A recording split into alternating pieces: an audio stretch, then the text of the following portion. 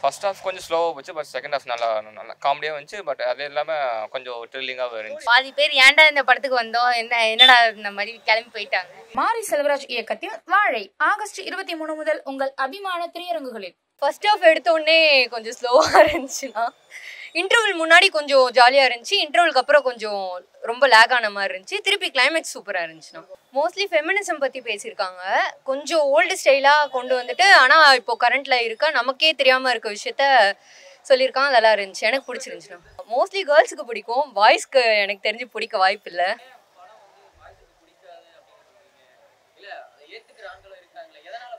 வாய்ப்பே இல்லைண்ணா, எனக்கு தெரிஞ்சு என் ஃப்ரெண்ட்ஸே அதை போயிட்டாங்க. அவங்க பாதி பேர் ஏன்டா இந்த படத்துக்கு வந்தோம், என்னடா இந்த மாதிரி கிளம்பி போயிட்டாங்க. நாங்களே இதை அவங்க சொல்றது கேட்டோம். இல்லை இது மென்ஸ் ஏற்றுக்கிற அளவுக்கு கண்டிப்பாக இல்லைங்கிறதான் ரீசன். கண்டிப்பாக பண்ணியிருக்காங்க. ஆனால் எங்கள் வீட்டில் நடக்கிறது காட்டுறாங்கன்னா நிஜமா இப்போவும் நடக்குது. அந்த மாதிரி ப்ரெஷர் பண்ணுறது அதெல்லாம் இன்னமும் இருக்குது. நேச்சுரலாக அப்படியே ப்ரெஷர் பண்ணுற மாதிரி இருக்கும். அது காட்டியிருக்காங்க. அது பாய்ஸ்க்கு மேரேஜ் ப்ரெஷர் பண்ண மாட்டாங்களேன்னு இருக்கும். ஸோ எங்களுக்கு அது ப்ரெஷர்னு தெரியறதுனால எங்களுக்கு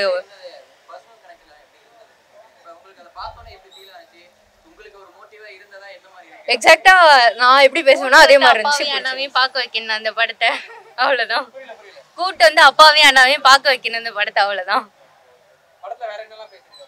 ஃபெமினிசம் பேசியிருக்காங்கண்ணா, நல்லா இருக்குண்ணா.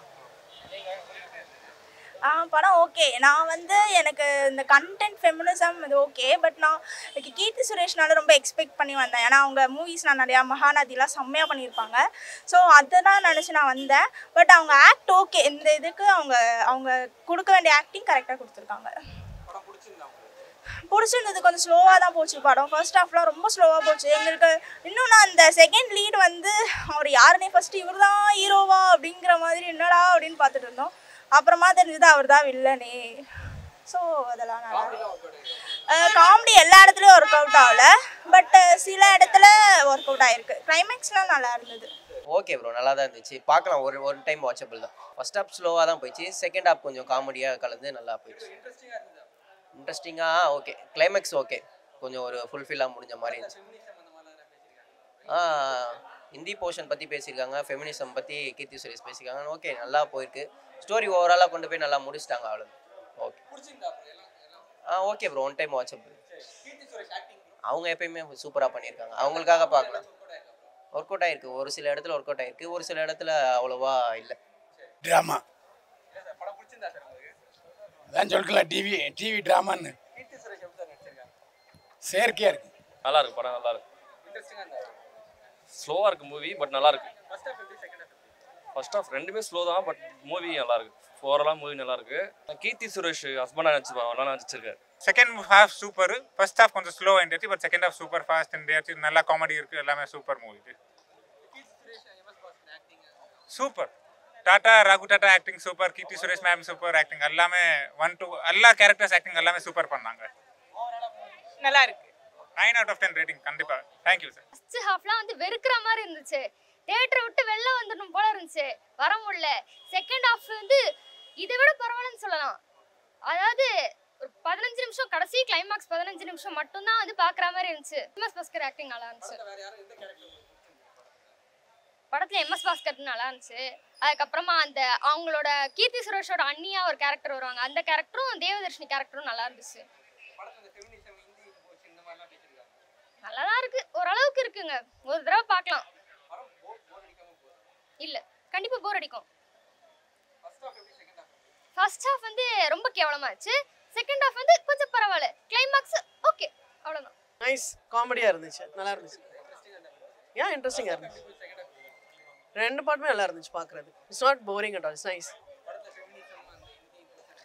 எல்லாமே பேசியிருக்காங்க. Feminism, Hindi portion, women equality, it's nice. எல்லா ஆக்டர்ஸுமே சூப்பராக பண்ணியிருந்தாங்க. அண்ட் மியூசிக் ஆல்சோ நல்லா பண்ணியிருக்காங்க. என்டர்டெயின்மெண்ட்டாக போச்சு நல்லா. அதாவது ஹிந்தி திணிப்பு பற்றி சொல்லியிருக்காங்க.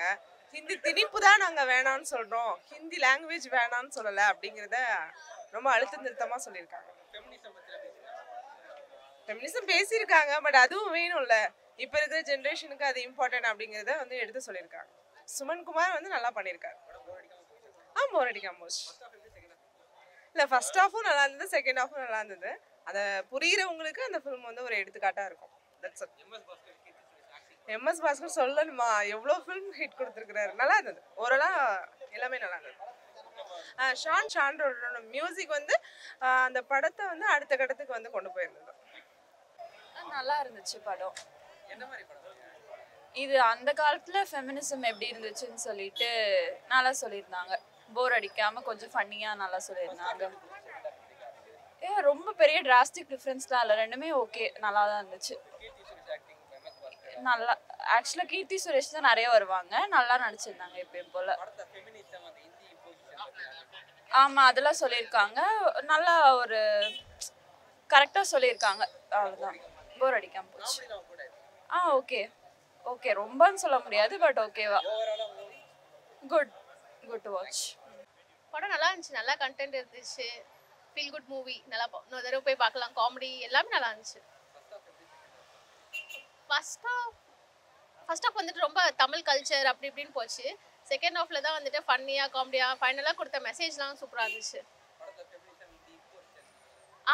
அதுதான் அதான் அவங்க லாஸ்ட்டில் சொன்ன பாயிண்ட் எனக்கு புரிஞ்சிச்சு.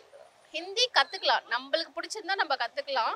அவங்க சொல்கிற மாதிரி ஃபோர்ஸ் பண்ணி இல்லை நீ படிக்கவே கூடாதுன்னு இருக்குல்ல, இல்லை நீ படிக்கணும் அப்படின்னும் இல்லை, அது நல்லா இருந்துச்சு. கீர்த்தி சுரேஷ் நல்லா இருந்துச்சு. அண்ட் தென் அவரோட ஹீரோ அவரும் நல்லா பண்ணியிருந்தார். இந்த வில்லன் மாதிரி நல்லா லுக் இருந்துச்சு. அந்த அந்த பழையெல்லாம் இதுவாக இருந்தாலும் அந்த நல்ல லுக் இருந்துச்சு. அந்த சினாரியோஸும் நல்லா சூப்பராக இருந்துச்சு எல்லாமே. அவ்வளோதான். ரேட்டிங் 5க்கு 4 கொடுக்கலாம். போர் அடிக்காம ஏதோ மீடியமாக போயிட்டுருக்கு. ஃபர்ஸ்ட் ஹாஃபை விட செகண்ட் ஹாஃப் கொஞ்சம் இன்ட்ரெஸ்டிங்காக போன மாதிரி தான். கீர்த்தி தான் கொஞ்சம் காமெடி பண்ணுறாங்க.